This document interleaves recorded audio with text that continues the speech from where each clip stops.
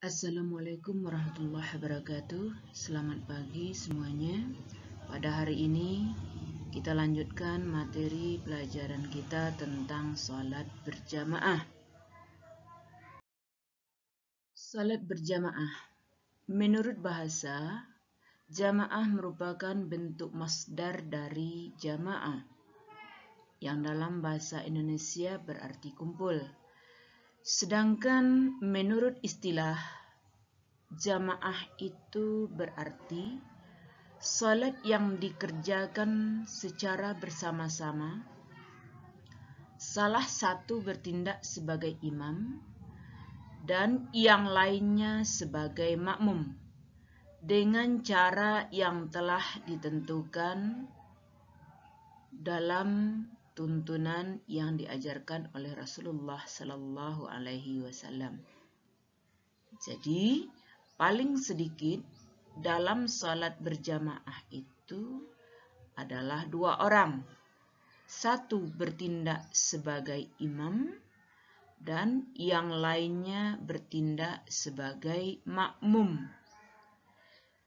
Dan yang dikatakan imam itu adalah pemimpin dalam salat berjamaah. Sementara makmum adalah orang yang mengikuti imam. Jadi, dengan demikian, makmum harus mengikuti segala gerakan imam dan makmum tidak boleh mendahului gerakan imam. Apabila makmum mendahului gerakan imam sampai 3 kali, maka salat yang dikerjakan oleh makmum itu batal. Sementara jika terbiasa mendahului gerakan imam dalam salat berjamaah, maka nanti di akhirat Allah akan ganti kepalanya menjadi kepala keledai. Badannya tetap badan manusia, namun kepalanya diganti oleh Allah menjadi kepala keledai. Inilah akibat bagi orang yang mendahului gerakan imam dalam salat berjamaah. Hukum salat berjamaah. Dasar ataupun dalil yang dijadikan sebagai sumber hukum dalam salat berjamaah adalah firman Allah dalam surah Al-Baqarah yang berbunyi, wa aqimus shalah wa atuz zakah warka'u ma'ar raki'in. Jadi, kata-kata warka'u ma'ar raki'in, rukuklah kamu bersama orang-orang yang rukuk, ini menunjukkan bahwa Allah memerintahkan manusia atau orang yang beriman untuk melaksanakan salat berjamaah.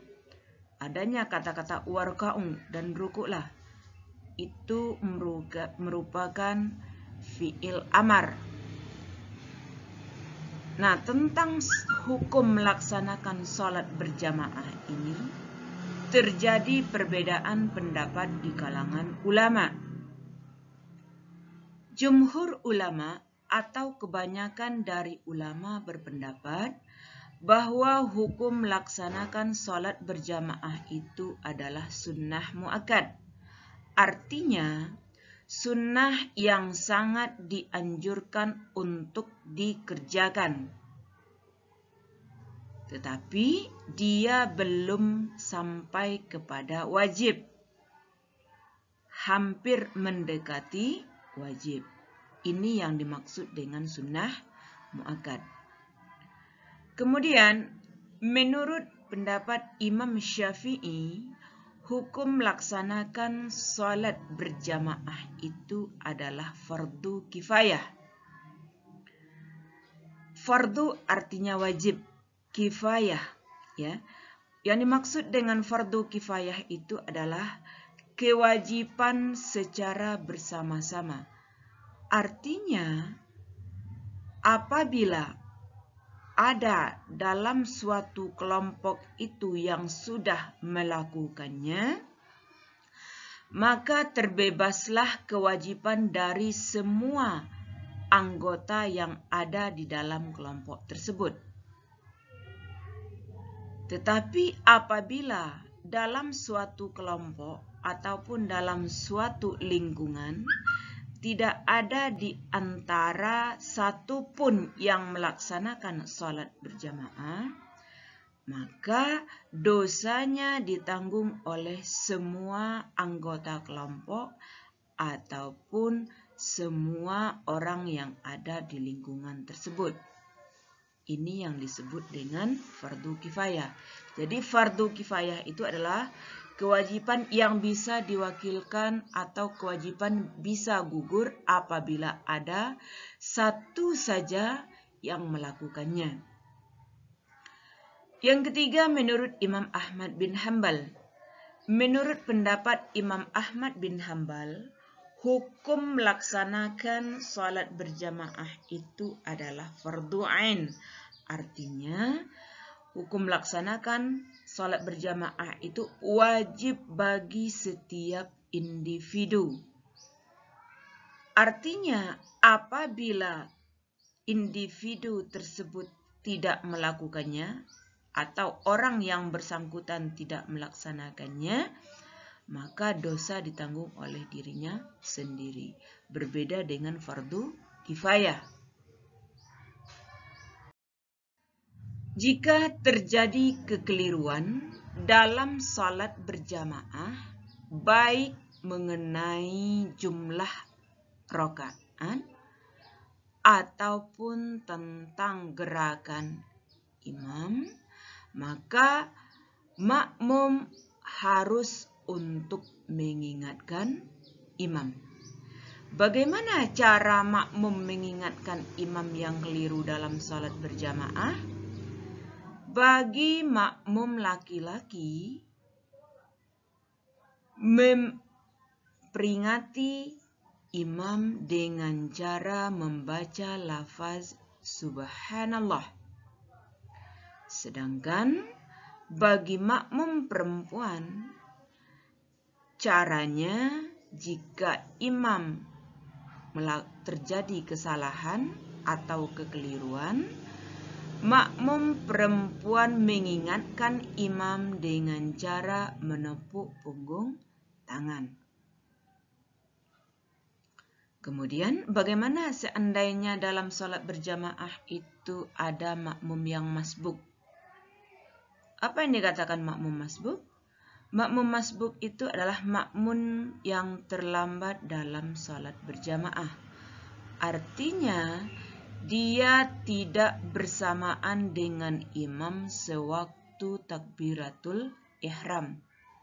Tetapi dia sudah mendapati imam sudah dalam gerakan lain. Seandainya makmum itu mendapati imam dalam kondisi ruku', maka makmum ikut ruku' bersama imam. Jika makmumnya ruku' sempurna mengikuti imam, maka dia mendapat rakaat sebagaimana rakaat yang dilakukan oleh imam. Sementara apabila makmum mendapati imam sementara imam sudah i'tidal, maka makmum kehilangan satu rakaat dan makmum itu tetap harus mengikuti gerakan imam. Artinya bagaimana? Makmum harus tetap takbiratul ihram kemudian mengikuti gerakan imam, yaitu jika imamnya i'tidal, makmum juga harus i'tidal. Tetapi di akhir rakaat, makmum tadi harus menambah satu kekurangan rakaatnya. Kenapa? Karena dia mendapati imam sudah i'tidal.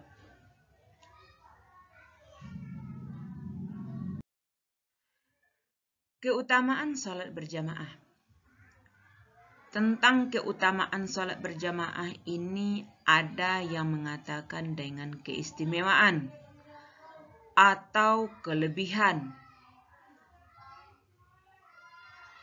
Apa keutamaan atau kelebihan dari sholat berjamaah itu?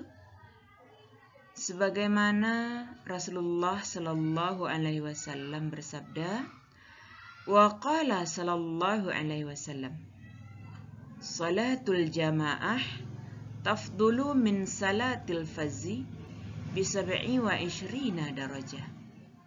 Artinya, salat berjamaah itu lebih utama dari salat sendirian dengan perbandingan 27 derajat. Artinya, satu kali kita melaksanakan salat berjamaah, pahalanya sama dengan 27 kali kita melaksanakan salat secara sendiri. Maka dari itu, kita kalau bisa untuk senantiasa melaksanakan salat berjamaah. Sebab rugi kalau kita tidak laksanakan. Kenapa? Karena perbandingan satu kali kita berjamaah, 27 kali kita melaksanakan salat secara sendirian.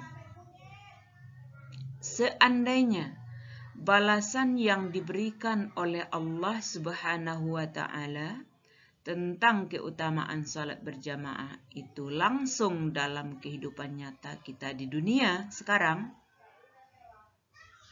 sehabis salat langsung dapat balasan. Ibu yakin dan percaya bahwa orang akan berlomba-lomba melaksanakan salat berjamaah.